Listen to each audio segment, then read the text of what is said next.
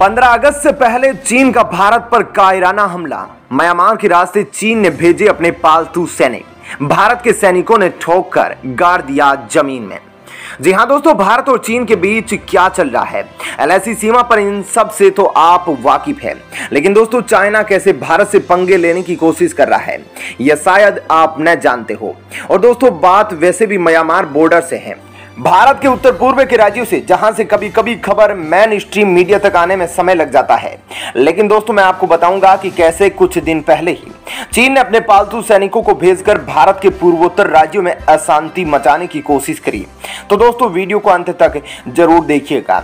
दरअसल दोस्तों, एलएसी सीमा हो या एलओसी सीमा, म्यांमार बॉर्डर वर्तमान में चीन भारत को हर जगह से घेरने की कोशिश कर रहा है।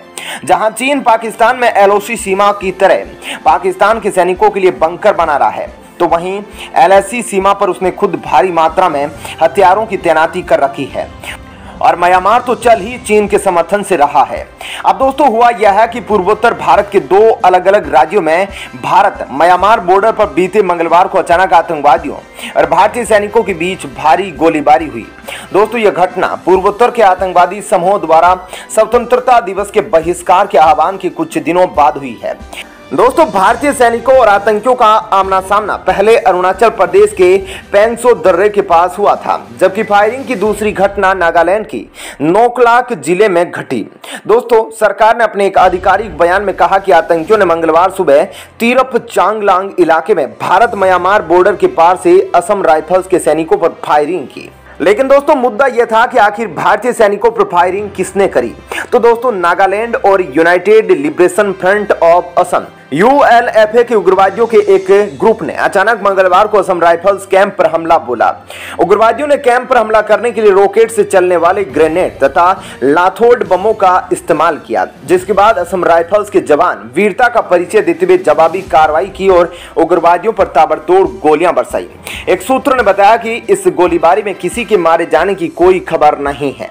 एक सरकारी बयान के मुताबिक इस घटना में एक जूनियर कमीशन्ड अधिकारी घायल हुआ है, जिसके हाथ में मामूली चोटें आई है। दोस्तों, अब इसके बाद भारतीय सैनिक इन हमलों को अंजाम देने वाले उग्रवादियों का पता लगाने के लिए भारत म्यांमार सीमा के पास एक बड़ा अभियान शुरू कर दिया है और म्यांमार के अंदर तक भारतीय सैनिक जाकर ऑपरेशन कर रहे हैं। दोस्तों, मैं आपको बता दूं कि पेंगसो दर्रा अरुणाचल प्रदेश के सबसे दूरस्थ इलाकों में से एक है। पूर्वोत्तर के ज्यादातर विद्रोही समूह के कैंप म्यांमार के जंगलों में स्थापित होते हैं। वहीं दोस्तों, फायरिंग की दूसरी घटना की जो खबर आई है वह नागालैंड के नोकलाक जिले में हुई, जहां एनएससीएनके, जिसको national socialist council of Nagaland कहा जाता है, इसका शॉर्ट नाम एनएससीएनके है। यहां के का मतलब नागालैंड फॉर क्राइस्ट से है। अब दोस्तों, एनएससीएनके और उल्फा ए के उग्रवादियों ने सीमा चौकी पर असम राइफल्स के सैनिकों पर ताबड़तोड़ फायरिंग की। नागालैंड पुलिस के एक वरिष्ठ अधिकारी संदीप तम गडगे ने बताया कि इस घटना में अभी तक किसी के मारे जाने की कोई खबर नहीं है। बता दें कि उल्फा आई ने 75वें स्वतंत्रता दिवस पर बहिष्कार करने का आह्वान किया था। इस संगठन ने लोगों से आग्रह किया था कि वे सभी स्वतंत्रता दिवस से जुड़े समारोह का पूर्ण रूप से बहिष्कार करें। गौरतलब है कि पिछले साल ऐसी कोई भी अपील इस संगठन के द्वारा लोगों से नहीं की गई थी और 1996 के बाद ऐसा पहली बार हुआ था। अब दोस्तों, आप गौर करें तो दोनों जगह अरुणाचल प्रदेश और नागालैंड दोनों जगह एक ही मुद्दा स्वतंत्रता दिवस से समारोह का बहिष्कार करना, यह किसकी चाल हो सकती है। अब दोस्तों, आप सोच रहे होंगे कि यह कोई छोटा मोटा उग्रवादी संगठन होगा। तो दोस्तों, मैं आपको बता दूं कि national socialist council of Nagaland यानी कि एनएससीएनके और उल्फा आई दोनों ही भारत के गृह मंत्रालय के अनलॉफुल एंटी प्रिवेंशन एक्ट 1967 की बैन प्रतिबंधित संगठनों की लिस्ट में शामिल है। अब दोस्तों, आपके मन में यह सवाल है कि आखिर यह संगठन चीन से कैसे संपर्क में आए। तो आपको बता दूं कि यह खबर है दिसंबर 2020 की एनबीटी न्यूज पोर्टल की, जहां साफ बताया गया कि उल्फा आई और एनएससीएनके ये दोनों संगठन ही चीन के साथ मिले हुए हैं। दोस्तों, एनबीटी की इस खबर में बताया गया कि किसी भी तरह की बातचीत के विरोधी प्रतिबंधित उग्रवादी संगठन ULFA I, united liberation front of Assam independent ने चीन को अपना नया ठिकाना बनाया है। दिसंबर 2020 में केंद्र सरकार ने गुवाहाटी के ट्राइब्यूनल को हल्फनामा सौंपा है, जिसके अनुसार संगठन ने अपने ठिकानों को म्यांमार से हटा लिया और अब चीन में स्थापित कर लिया है। आधिकारिक सूत्रों के अनुसार उल्फा आई चीफ परेश बरुआ ने म्यांमार की सीमा से सटे दक्षिणी चीन के रुइली में नया ठिकाना बनाया है। उग्रवादी संगठन का ऑपरेशनल बेस और ट्रेनिंग कैंप म्यांमार के सांगेंग सब डिवीजन में है। एक अलग हल्फनामे में असम सरकार ने बताया कि टाका में इन उग्रवादियों के कैंप पर म्यांमार सेना ने एक्शन के बाद जनवरी 2019 में कैंप तबाह हो गए थे और कई सारे कैडरों ने भी इस संगठन का साथ छोड़ दिया था।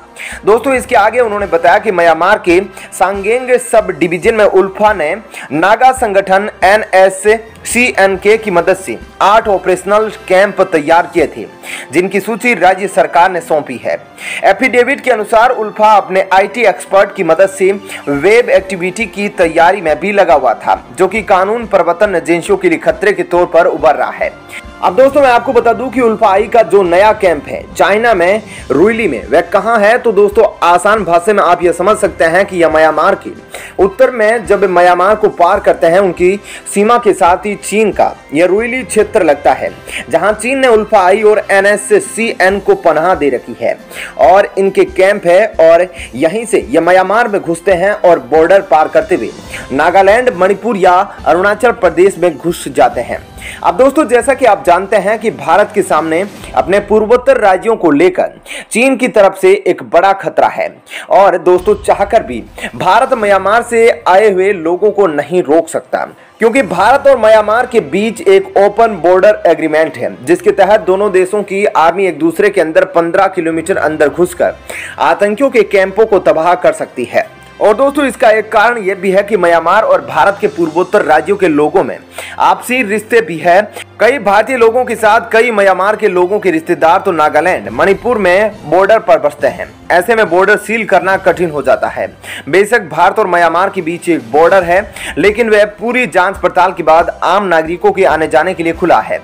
लेकिन दोस्तों, अब भारत को चीन के इरादे पता चल गए हैं, क्योंकि चीन तो चाहता है कि कैसे न कैसे करके भारत को रोका घेरा जाए और इसके लिए चीन भारत को हर एक दुश्मन को खरीद रहा है और भारत के खिलाफ हर तरह की साजिश रच रहा है। हालांकि दोस्तों, भारत की कभी भी ऐसी कोई फितरत नहीं है कि चीन के आम लोगों का शिकार बनाया जाए, जिस तरह तालिबान करता है। दोस्तों, ये तो सब जानते हैं कि तालिबान ने चीन की दुखती रगड़ पकड़ ली है और आप जानते हैं कि तालिबान किस तरह चीन को इस्तेमाल करता है और अफगानिस्तान की तालिबान सरकार किस तरह भारत का हुक्म मानती है और भारत से संबंध बनाने के लिए मरे जा रही है। अब दोस्तों, ये बात चीन भी जानता है कि भारत की सोच आतंकवादियों वाली नहीं है। चीन जो गुड टेररिस्ट और बेड टेररिस्ट खेलता है, भारत के लिए सभी आतंकवादी बुरे हैं। इसलिए भारत चीन के खिलाफ किसी आतंकवादी संगठन का इस्तेमाल नहीं करता। क्या आप भारत को पता नहीं कि किस आतंकी संगठन के नाम से चीन की फटने लगती है? किसके नाम से ही चीन अपने अफगानिस्तान के बॉर्डर को पूरा सील कर देता है? दोस्तों, भारत जानता है कि ईस्ट तुर्कमेनिस्तान इस्लामिक मूवमेंट आतंकी संगठन से चीन की फटती है, लेकिन भारत का एक नियम है कि भारत जो आतंकवाद से निपट रहा है वह आतंकवाद का सहारा नहीं लेगा। अगर भारत को ठोकना होगा तो भारत खुद चीन की सेना को पीतल की गोलियों से छलनी करके रखेगा। आपका इस खबर पर क्या कहना है? कमेंट सेक्शन में जरूर बताएं। साथ ही वीडियो को लाइक शेयर कीजिएगा। धन्यवाद।